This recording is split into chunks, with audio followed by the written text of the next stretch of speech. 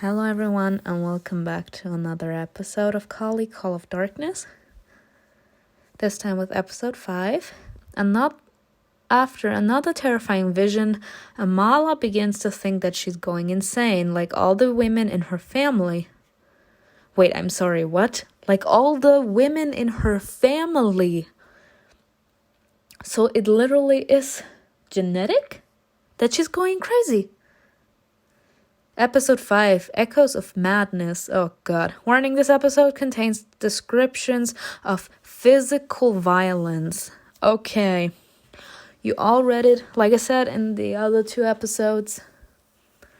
If you're sensitive or just can't read that, please scroll forward.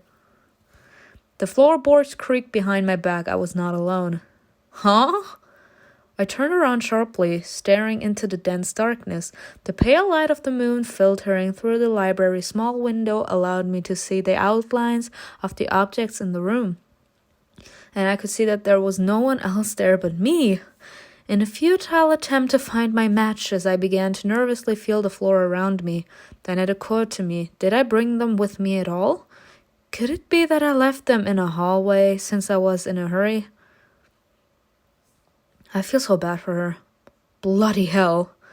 I took a deep breath, trying to regain my composure. The house is settling, that's why it creaks.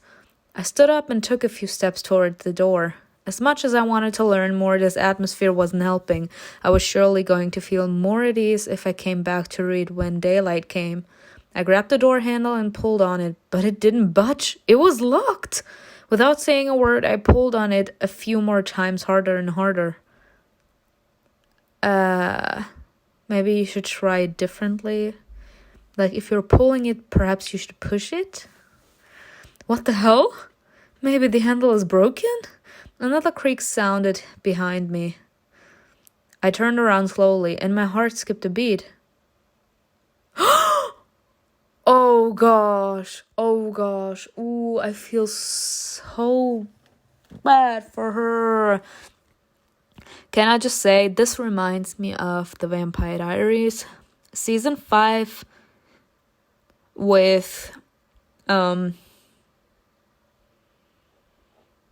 Natalia was the other doppelganger. Before it was Amara. Amara got turned into the anchor between the living and the dead. Every supernatural being that would die would go through to her, like through her body, to go into the other world. And she would feel the pain that that person did before it died. Before he or she died. I feel bad. Like, does she see the people that died? Is she some sort of an anchor? That she's capable to see them? A male silhouette stood right in front of the window. That's why she keeps on hearing voices, but she can't see them.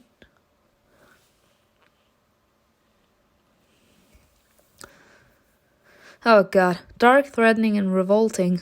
Moonlight was shining behind his frightening outline. I feel so bad for her, like she must really be feeling like she's losing all of her senses.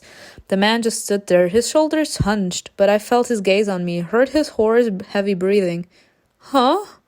I narrowed my eyes, tried to get a good look at his face, despite fear twisting my gut. Oh god. The person in front of the window was Amir, the one that was found dead this morning. He was beheaded, drained of his blood, stripped and thrown into the street. Yet he was standing in front of me right now as something else. His head was back in his place, but his body and face were deformed, that he didn't look human at all. I didn't even know how I recognized him, but it was definitely Amir. Oh gosh. She's in the afterworld. Is she in the afterworld? Oh god. Oh, no. I feel bad. I feel so bad for her, people. You can't imagine how bad I feel for her. He hissed. His face twisted in a grimace. A silver of light fell on him, and I saw that he was severely disfigured. His eyes were glassy and lifeless, but they were staring right at me. I couldn't take it anymore, so I looked down at the floor. That's when I noticed something even stranger. The dead man wasn't touching the floor, but rather he was hovering a few inches above it. Like literally, he's flying. Oh my god. I feel so bad for her. I don't know what I would do. I literally would be like praying to Jesus. I would be praying to God. I would be like, oh my god, please help me, please. And his body did not seem to be casting any shadow.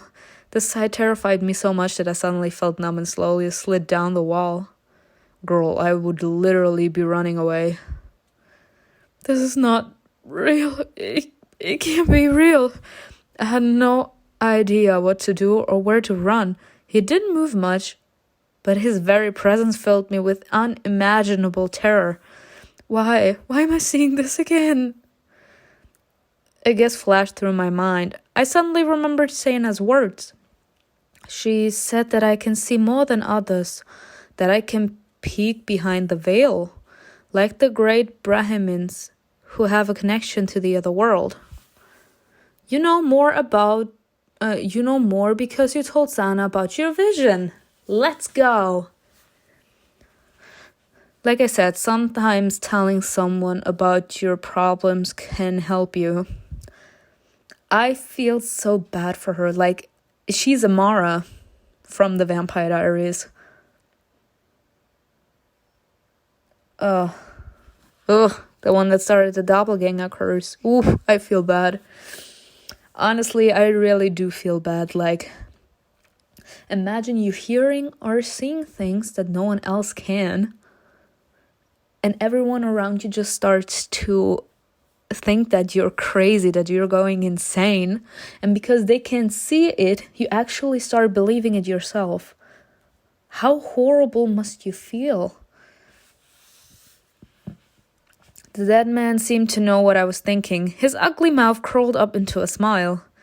Knowing, seeing, wise, or naive. Don't think madness is knowledge. Hoo-hoo! And I got a respect point. That's what you do, people. He let out a raspy laugh. Stupid. Out of my house, Amir. His half-whispered voice was a combination of wheezing and snarling. It made my skin crawl. Are you asking yourself a question? I know the answer. Honestly, people, I always choose the best stories and the most terrifying ones. I hate it. Oh god. The dead man stirred and I pressed myself against the wall, holding my breath. Oh god, Oh god. His fingers were half clenched, just like they were in the alley in the morning, but they were now trembling. I felt sick. Visions, premonitions, you have very high opinion of yourself. This is different. His dry thin lips twisted into a sneer. Your grandmother is insane, your mother is insane. Can we just appreciate that his eyes turned red? God. So, like I said, this is genetic. He's saying our grandmother was insane. No, our grandmother and our mother had that talent. They could also peek through the other world. They could peek through the veil into the other world, into the world of the dead. But they themselves were in the world of the living. So I suppose our mom ran away because she couldn't deal with the fact that she could see the dead. Like, she didn't know.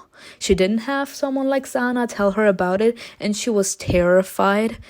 And she thought that she was going insane. So she was like, I can't deal with this. I can't deal with things by myself. How can I take care of my children if I'm insane? So she ran away. That's what I would think. And you will go insane. Forget it. I'm powerful. I won't. A raspy piercing laugh filled the room, almost like a death rattle. I could smell decomposition. Oh, God. I feel bad for her. Grandma? Mom? Not him kneeling down now. People, please get this man out of here. Oh God. The dead man collapsed to his knees, his bones crunching loudly. With thin, trembling hands, he reached out to me. Scream, defend yourself, freeze. I would say at this point in time, we're freezing. I grimaced. I was frozen like a statue, watching the dead man's hands. My heart was pounding so hard that in the silence of the room, my heartbeats were all I could hear. Independence? What? Amir didn't touch me. He seemed to have lost interest in me. His eyes rolled back. With one hand, he grabbed his own hair and pulled his head back. Oh my God, look at this. What is this? I feel so bad for her. I really do. Like, imagine seeing ghosts. Like, we're literally on the other side. Imagine seeing ghosts decapitating themselves. I am done. Really, I don't know how I would react. In his other hand, a dagger gleamed. This whole universe was born by you. This world was created by you. By me? He put the blade to his throat. Or is he, like, praying to that evil girl, like that evil shadow that we saw? In the end, you always devour it. The dead man stuck the dagger into his throat and slowly cut it open, drawing a smile on his thin, dark skin.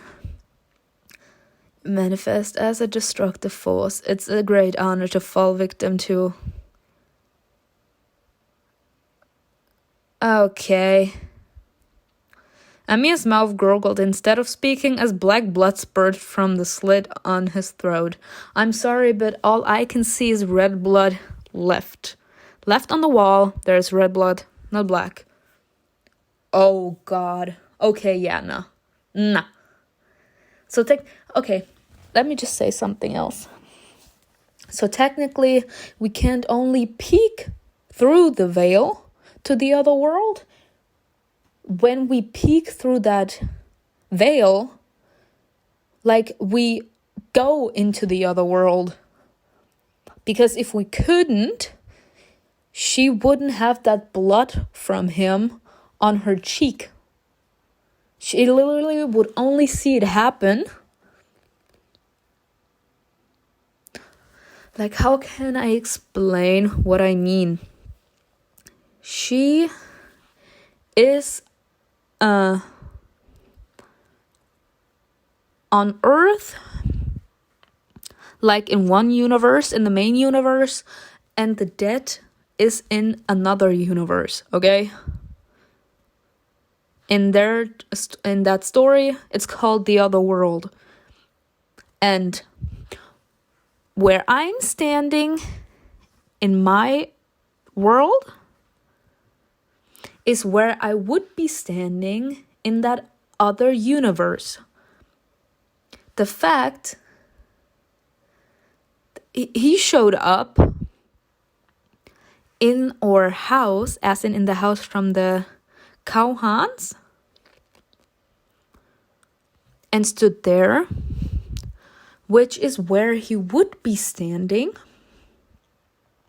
if he would be in our universe still, in the main universe. And there is no veil anymore. It's like we are transporting into the other world. So if they would try to kill us, we would actually die. Because we are literally present in that other universe. We're not in the main universe anymore. We're in that other world. In the world of the dead. That's why we have the blood on our cheek. Because we're there. We're not just psychologically there. Like, we're not just seeing things. We're not just peeking through that veil that separates the main universe and the world of the dead. We're literally there, present. God. Oh, I feel bad for her. Oh, God, I feel bad for her. Oh my god, I would be traumatized. Oh, the dead guy jerked forward, twitched, and slid down without touching the floor. Panic washed over me, a tornado of conflicting emotions sweeping over my mind. Curling up into a ball and closing my eyes, I quietly whimpered. I felt exhausted, frightened, and utterly disheartened. I could still see the dead man slitting his throat right in front of me. Suddenly, a cold, strong hand grabbed my hair from behind and forcefully yanked it. My head was thrown back like Aeneas when he decapitated himself. Oh! What? Are we finally back in the main world? Huh? I froze in place, my eyes wide open. The library at night suddenly reappeared before me, barely illuminated by my candle. Oh god, I feel bad for her. Who pulled her hair? There was not even a drop of black blood on the floor, even though it was splattered everywhere just a moment ago. Like I said, we were in the other world. There is no sign of that blood here. There wasn't any on my face either. I looked around confused as I struggled to stand back up on my shaky legs. The only thing that had changed in the library was me, drenched in sweat, pale and shaking in horror. I hesitantly touched the hair on the back of my head. They were disheveled. Someone really did touch me just now. I grabbed the door handle and it gave in, immediately opening the door. The door was bright as the chandeliers were on. I looked around absent-mindedly. The house was still empty. I was alone. I didn't have any energy left. I decided to take a shower and go to bed right away. It felt like I'd been smacked in the head and it left me disoriented. After a hot shower, I changed into dry pajamas and collapsed on the bed, exhausted. I didn't want to turn off the light. I wasn't ready to plunge back into darkness. I closed my eyes, but I couldn't fall asleep. My thoughts were in a whirl. Maybe this is truly it, the answer to everything. What visions was he talking about?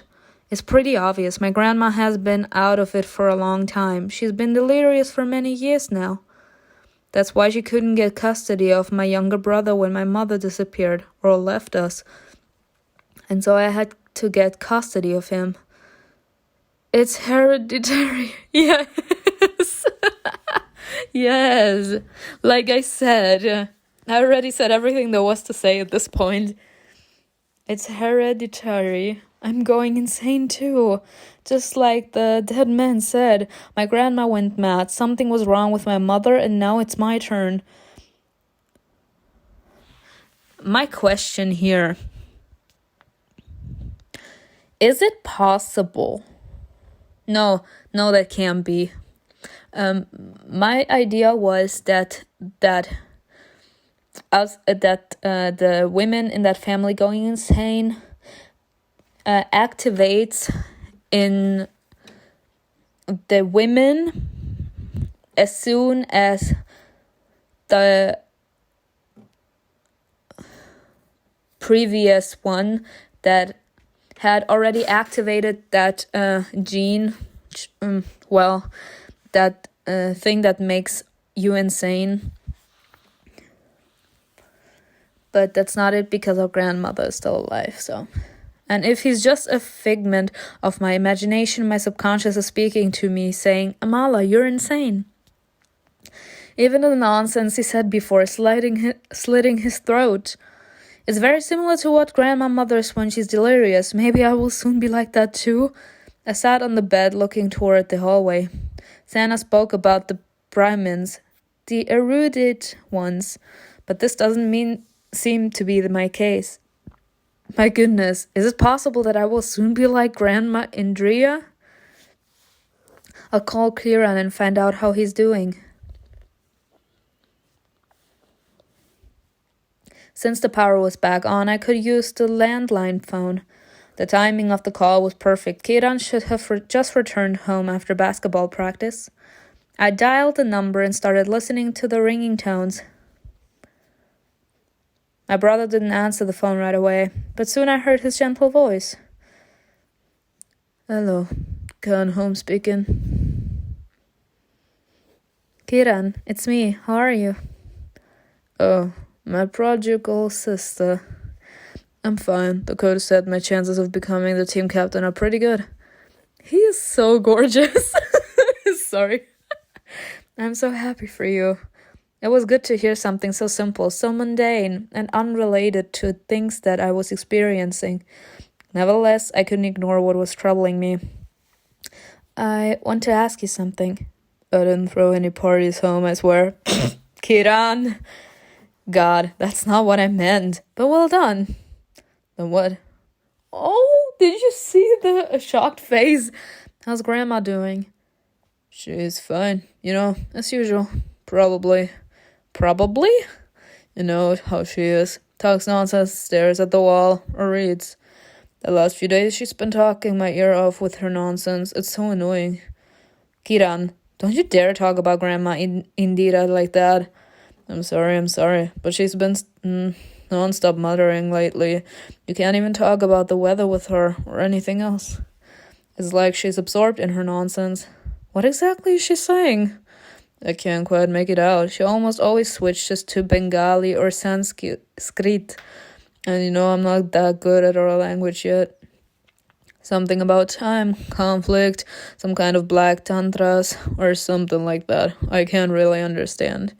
I don't really care about what she's saying, Mom used to always talk to her, remember? Kiran, that's not possible now.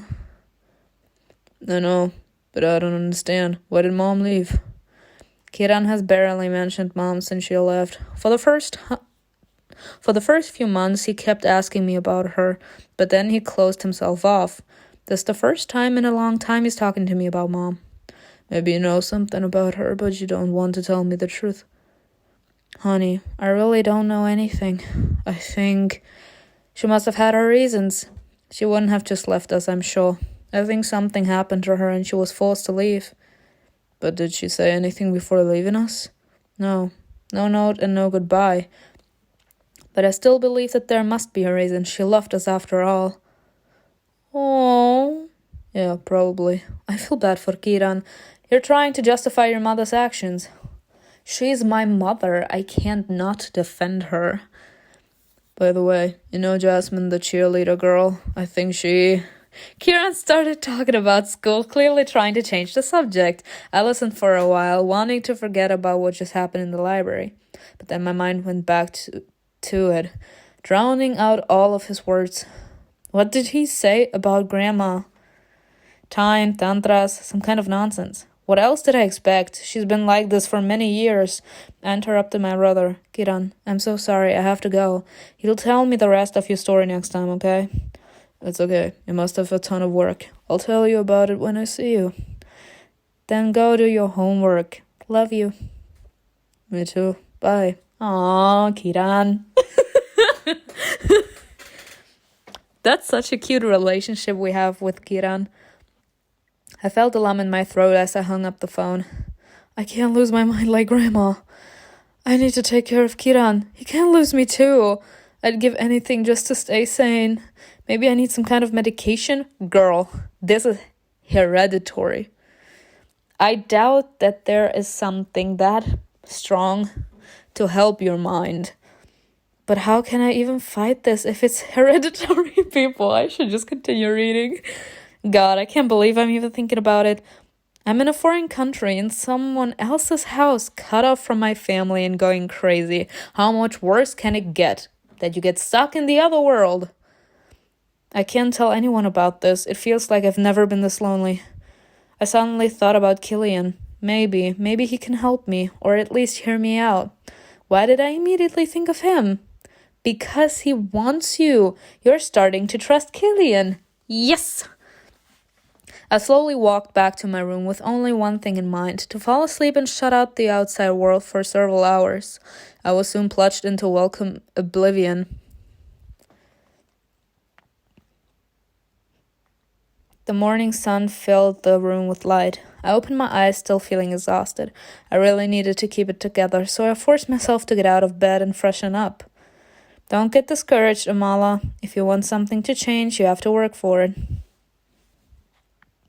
Before going downstairs for breakfast, I decided to make myself presentable.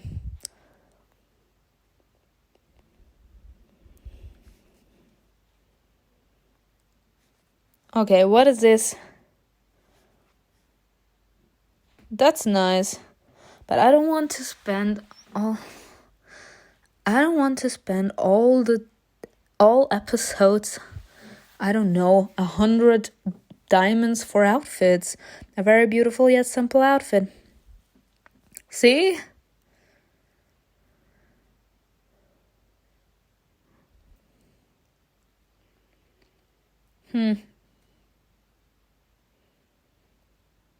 I gathered my thoughts and went downstairs.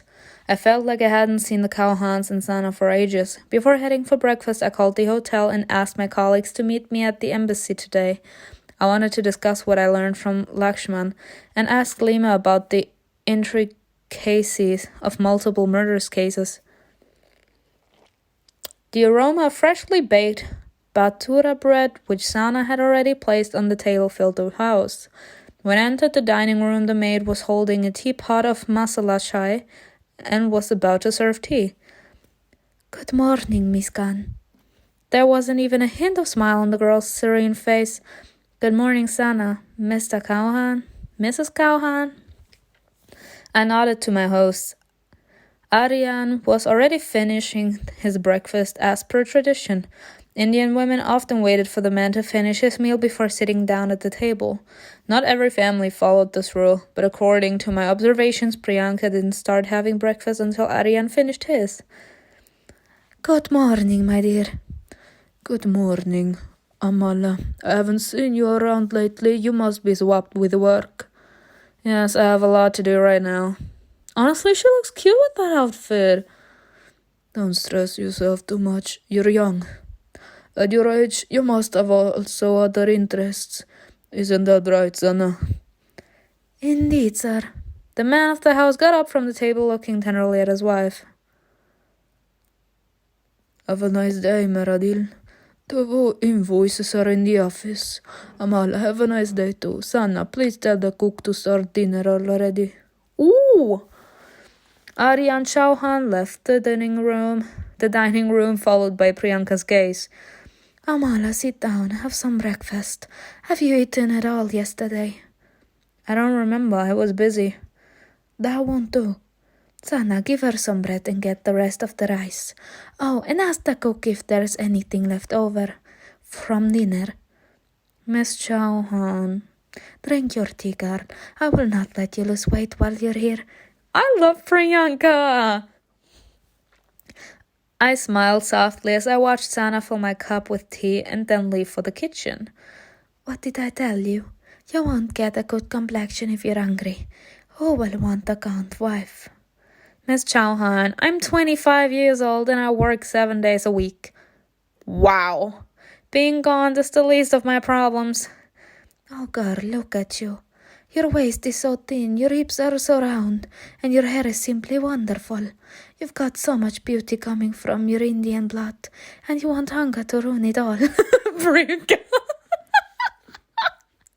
I love this woman. I decided to change the subject when Sana entered the dining room again with a tray in her hands. "Did you come home lately yesterday? I saw Sana looking at me." "Oh, Dad, yes, we have wonderful news. Yesterday we arranged to marry off Sana to a nice man." "I beg your pardon?" Without a word, Sana put my breakfast in front of me and then began clearing up Aryan's plates. "She's old enough. By the time I was 19, I was already married." "Shouldn't her family be taking care of it?" "If Sana had a family, then by all means, but we took her in as an orphan." "Oh, wow. Local customs. Express your support, get angry." "We're gonna express our support. I guess that's the way things are done in this society. Besides, there's nothing wrong with being married. It can be a wonderful thing." "That's right, girl. Let's hope that we will soon congratulate you too." I love Priyanka. She's so cute. She's literally a mother figure. Sure, we could have left Anna on the street when her parents died, but we have kind hearts. We wanted to help her. She couldn't stay out there on her own. Someone has to look after a woman. She always depends on someone. First on her father, then on her husband, and finally on her son. That's weird. Weird. I think women can take care of themselves. There's no need for supervisors. No. Unity is sacred for us. The gods told us so. Shakti and Shiva are inseparable, my dear. This is why they stuck together. What's masculine energy without feminine energy? A dead vessel, a lifeless body. Shakti feels Shiva like fresh water feels the well. The woman chuckled, narrowing her brown eyes. Learn to look deeper, and then you'll understand that being united with a man is not about submission, but about power. I silently looked at Priyanka, who just shrugged. Maybe you really are too young for marriage. I've been meaning to ask you, what's your religious denomination? Shaivism, like most people in Calcutta. I would have guessed something else. I started eating breakfast, processing what I just heard. Sana was about to get married, and I couldn't wait to talk to her about it. Despite everything, the maid looked serene and calm as usual. By the way, Amala dear, next time please don't make such a mess in the library. Some books there are very expensive. Oh, I'm so sorry, Miss Kauhan. I was looking for something. Do you have anything specific on the topic Hinduism? The woman slightly shook her head, her lips touching the teacup. No, but you can find tantric texts at the National Library of India, I think. As for other religion texts, I don't even know. Is it here in Calcutta? The library, mean? Yes, however, if you are looking for something very specific, then it's worth talking to the local Brahmins. They read the Vedas every day and they are very good at it. If you have a question for the gods, the Brahmins are their mouths. That's right. I can also ask them about my visions and whether the Brahmins have them as well right now and how they experience them. Maybe I'm not going crazy and they're seeing the same things I am. After finishing breakfast, I thanked Mr. Kauhan and said goodbye to Sana. It was getting late and I had to get to the embassy.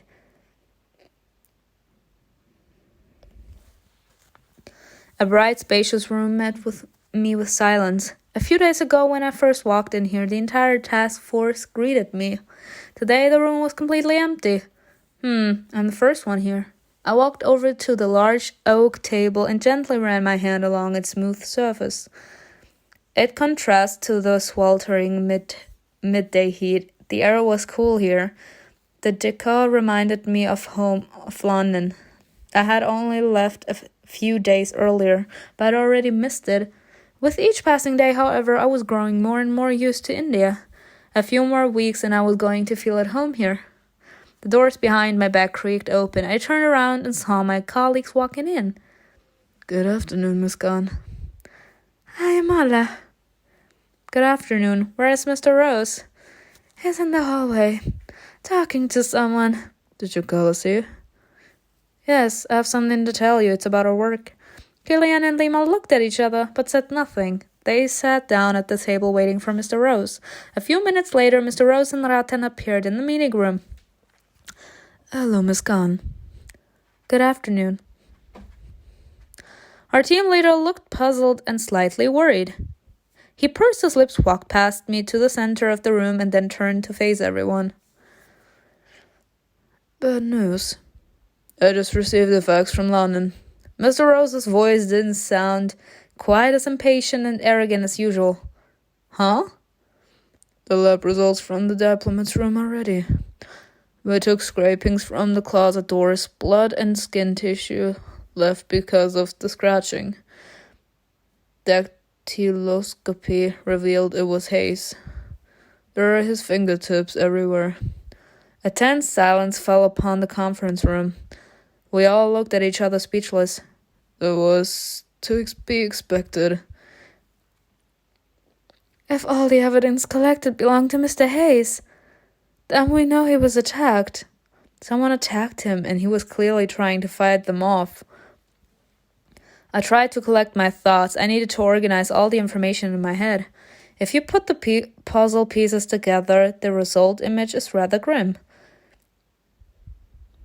I need to put my thoughts into words and link together all that happened so far. Explain everything. I think I might have a couple of ideas. Please, Miss Gunn, you have our attention. Okay, so our diplomat came here on some special mission. We haven't had the honor to find out what that was yet. I glanced at Mr. Rose. He smirked at me. Go on. I would love to smack that grin off his face. Because he always thinks he's better than us just because he's the team leader. Fine, you're the team leader. But without us, you're nothing. While doing his job, Hayes got caught up in something dodgy. We don't know what happened, but we do know that someone started stalking him. It made him paranoid. He always kept his hotel room's windows closed and made sure to keep track of his belongings. He had been jittery lately. Every night he demanded that the hotel manager spend security to his room. It was always very hot and stuffy in his room. He never opened the window to let the air in. He only ordered room service and always asked for the same waiter. Otherwise, he refused dinner. Oh, who's that? The gentleman demanded only I deliver his meal. He did not let me into the room. He felt like he was in constant danger, and he was, when someone got into his room. What happened there, how it all went down, we don't know. But we know Hayes hid in the closet, and when they pulled him out of there... How obsessively did he have to scratch the door to rip off a nail? He put up a hell of a fight. Maybe he felt such primal fear that it's hard for us to even imagine it. And then he went missing. Yes, and everything in the room remained untouched, his documents and other belongings. To respect, but some pages of his diary were ripped off, almost as if something particularly important was written there. Violence, paranoia, documents left behind, everything is telling us that something terrible had happened to him. Kidnapping a foreigner from an upscale hotel is not an everyday crime. This is a serious incident, and that's not all. I know what you're hinting at. Yes, this is all somehow connected to the ritual murder in the alley where things also looked strange. A lot there seemed to have been done for specific reasons. Your colleagues were impressed by your arguments. Thank you. Both crimes carry great risks, and both crimes are unique unlike any other. You can draw your own conclusions. A British diplomat is kidnapped from an upscale hotel. Shortly after, the headless corpse of a merchant is found near the British embassy. Does this sound like a coincidence to you? No, but I don't see a connection either. Oh, saying this out loud makes the connection seem really obvious. Yes, I agree. But the problem is that we don't have the direct evidence of this connection. But we do. This isn't enough for a report to our superiors. KILLIAN rubbed his neck wearily and winced. Everyone, let's move to the embassy canteen and have some coffee. Thank you. KILLIAN, you always know what's on my mind.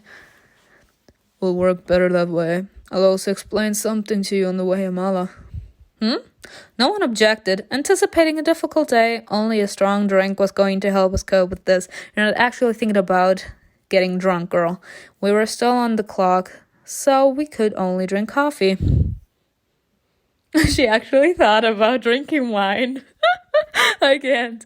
We took a small table settling down by the window. Lima began making drinks with the coffee machine, while still listening to our conversation and occasionally chiming in. Let me help you, Miss Buck. Mr. Rose remained seated at the table and KILLIAN turned to me. What's wrong, KILLIAN? To file a report with headquarters and leave Calcutta, we need strong evidence that the diplomat, that something happened to him. Our superiors need a clear answer, Mala. What, where, and when it happened. I agree that everything must be connected to the ritual murder, but now we need to prove it. Then we will work in this direction and find evidence of the direct connection. Speaking of work, what was this meeting for, Miss Khan? Do you have any new information? Yes, dearie, I've got new information, all right. I love it. I love the way she's acting towards him. She's like, yes, I got it, all right.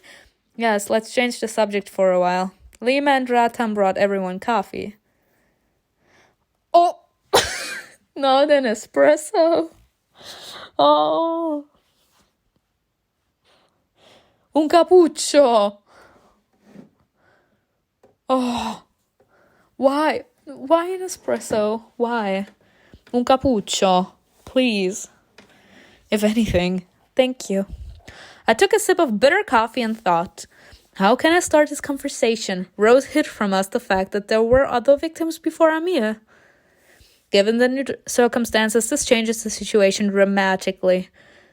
I will speak in a very displeased tone, politely, and with dignity. Oh my god. I would say gently and carefully. I would agree with carefully, but not with the gently. Like, there is nothing with gently. We're literally dealing with multiple murders. In a displeased tone, that's not gonna get you anywhere. Honestly, but with restraint, politely, and with dignity. I'm gonna go honestly, but with restraint. Respect again, people. Mr. Rose, I must speak my mind. You probably didn't want to reveal this, but the cat's out of the bag now. Since Mr. Rose didn't want to tell us about this, I will do so myself. You were straightforward but calm. Your colleagues appreciated this approach. Thank you. I stood up from the table and looked around at all my colleagues, intending to tell them everything. Don't feel sorry for Rose. He shouldn't have been silent about this. I don't care if this ruins our relationship. I'm working here, and I have no desire to cover his ass. Independence! Let's go! Yesterday's ritual murder was not the first. This has happened before. What? My colleagues cast glances at Mr. Rose, who immediately scowled. What you want? Our esteemed leader can explain to us later why he chose to withhold such information. Ooh! But for now, I think we need to decide what to do next. Ratan was watching us, sitting at the table with his arms crossed. His face was impassive, as if he was just an observer. I can't with the way. Okay. Amala, let's get this straight. First, where did you get this information from? How trustworthy is your source? Before we point fingers at anyone, we must be sure this is the truth. KILLIAN looked at me with such a serious expression. Yes, Miss Khan, please do share your source with us. Shut up. Should I tell them about... I will tell them. They will believe me if I reveal my source. One of the police officers at the crime scene shared this information with me. His name was Lakshman. This choice will affect the future. Why do you believe him? He spoke honestly and was very nervous about it. I don't think he had any reason to lie. He didn't give me any specific information other than that the victim was not the only one. How many victims are we talking about? That he didn't say either. So you don't have any information at all? It's precisely for this reason that I was in no rush to tell you that the victim was probably not the first one. The Indian police are not yet aware of how many have actually been killed. Maybe he really was the first. Path of high respect. Exactly, silence, sir. My colleagues looked at each other again, clearly unhappy. I think what Amala is saying makes sense. Yes, she's already proven herself to be an excellent expert. Exactly. Bow down to me. Bow down to the queen I am. Silence, Mr. Rose. Silence. You have no reason to say anything right now. Even if we don't actually have a specific number, you still can withhold that information. I apologize for interfering, but I agree that Amala is worthy of trust and respect. I love you, Redton, too. Wow, I didn't expect that. Hey, we have high of respect.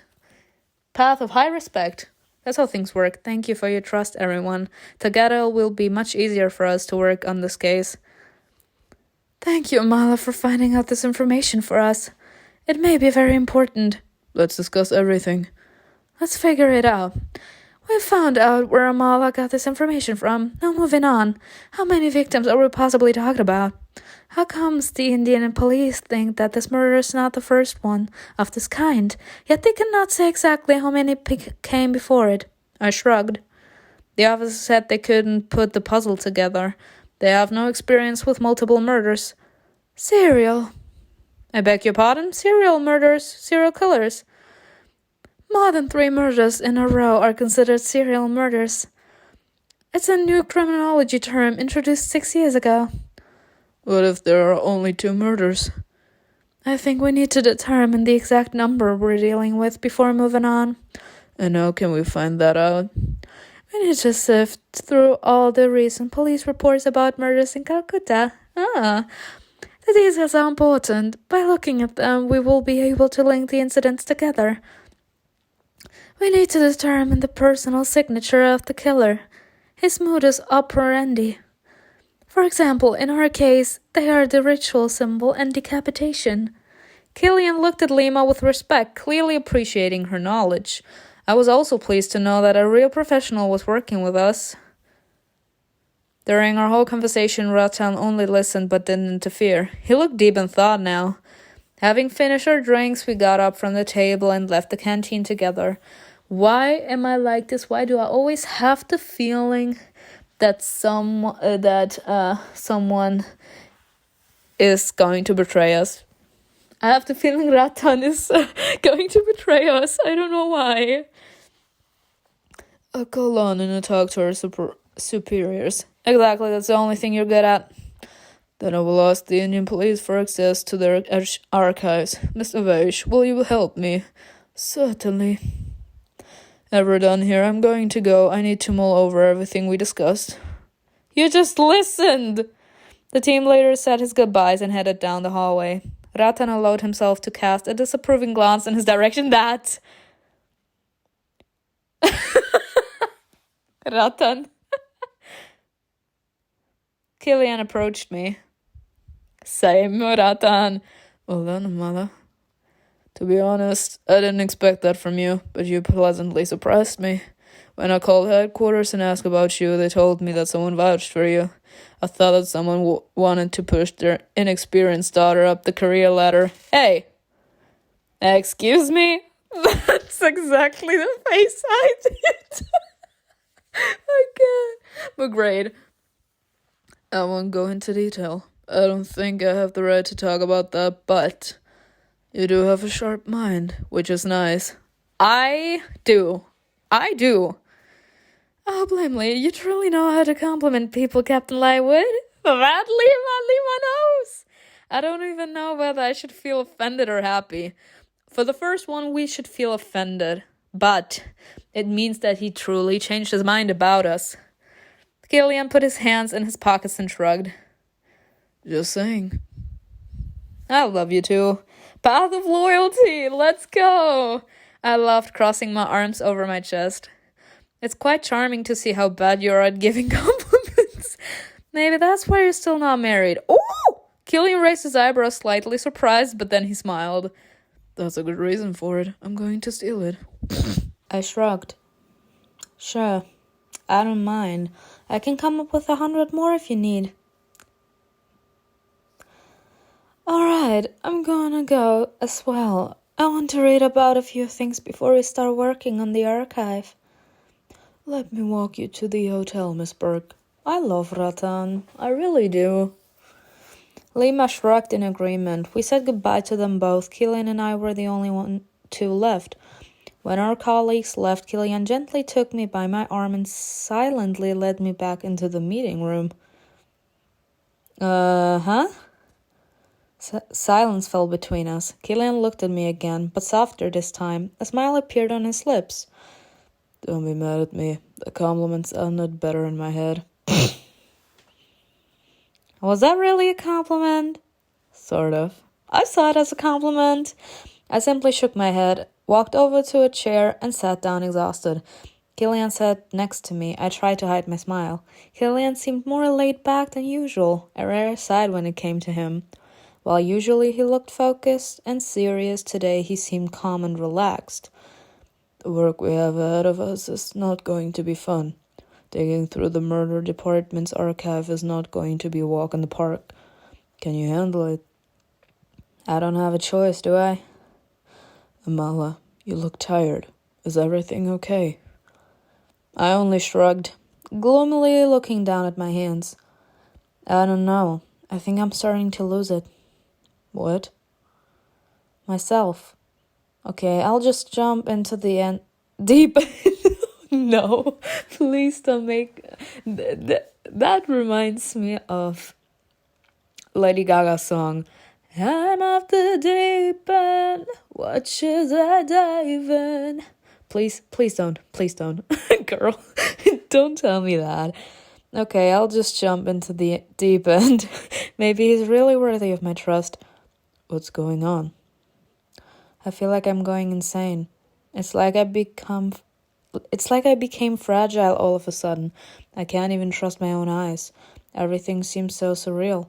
KILLIAN looked at my face thoughtfully, as if he wanted to read my thoughts and feelings. I was silent, not wanting to joke anymore, or pretend to be strong, or hide my fear behind a smile. Our case was taking us deeper and deeper into an abyss, and I realized that it was going to be challenging for me. It was getting hard to tell reality from my visions, and I didn't even know if they were actually visions or just my sick mind playing tricks on me.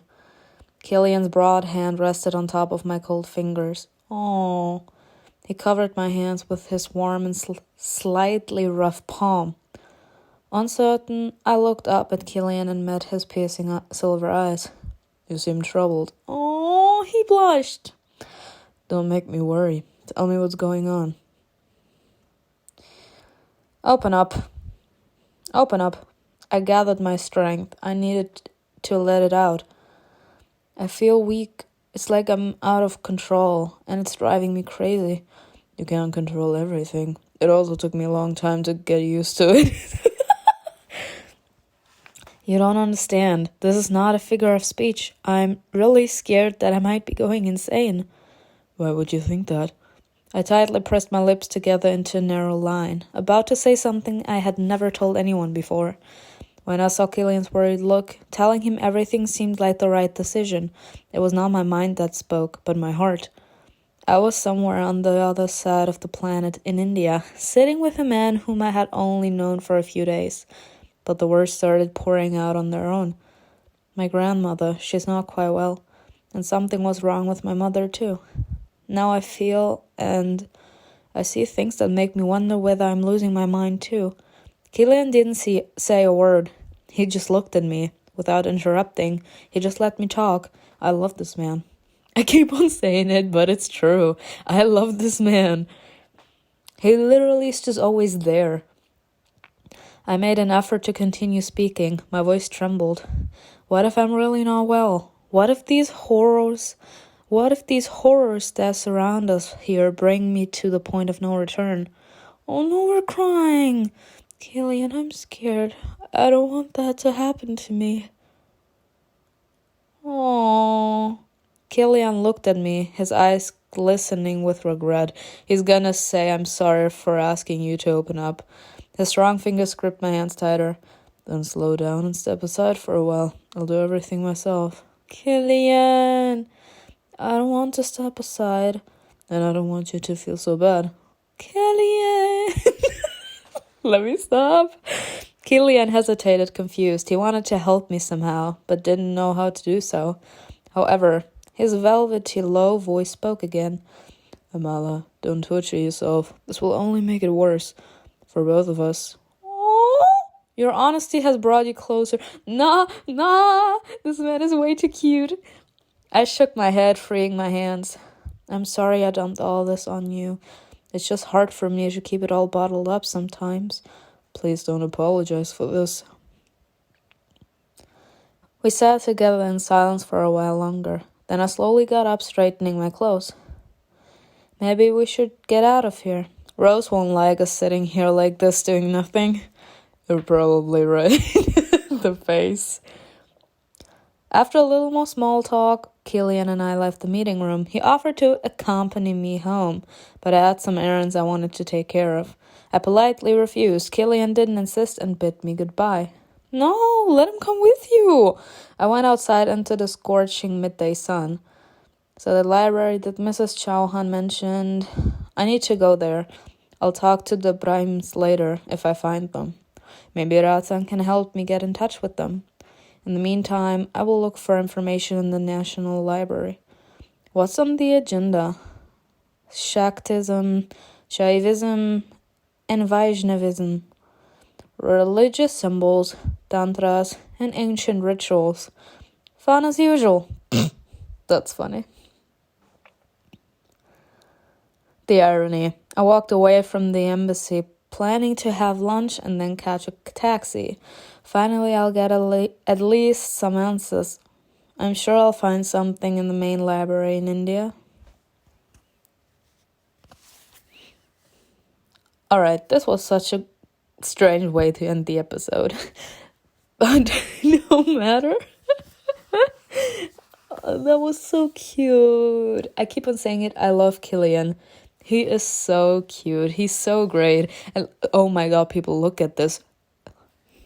I have 9 respect points. Independence 5 and loyalty 8. That's nice. Rage of Goddess, kindness of Goddess. What? I'm intrigued when these points are gonna come out. But anyways, that was it for this episode. I hope you enjoyed it. I know I did, especially for the things that we found out about ourselves and or mom and or grandma. And I'm intrigued to know what will happen next. Well, that was it. And I will see you in another episode. Bye.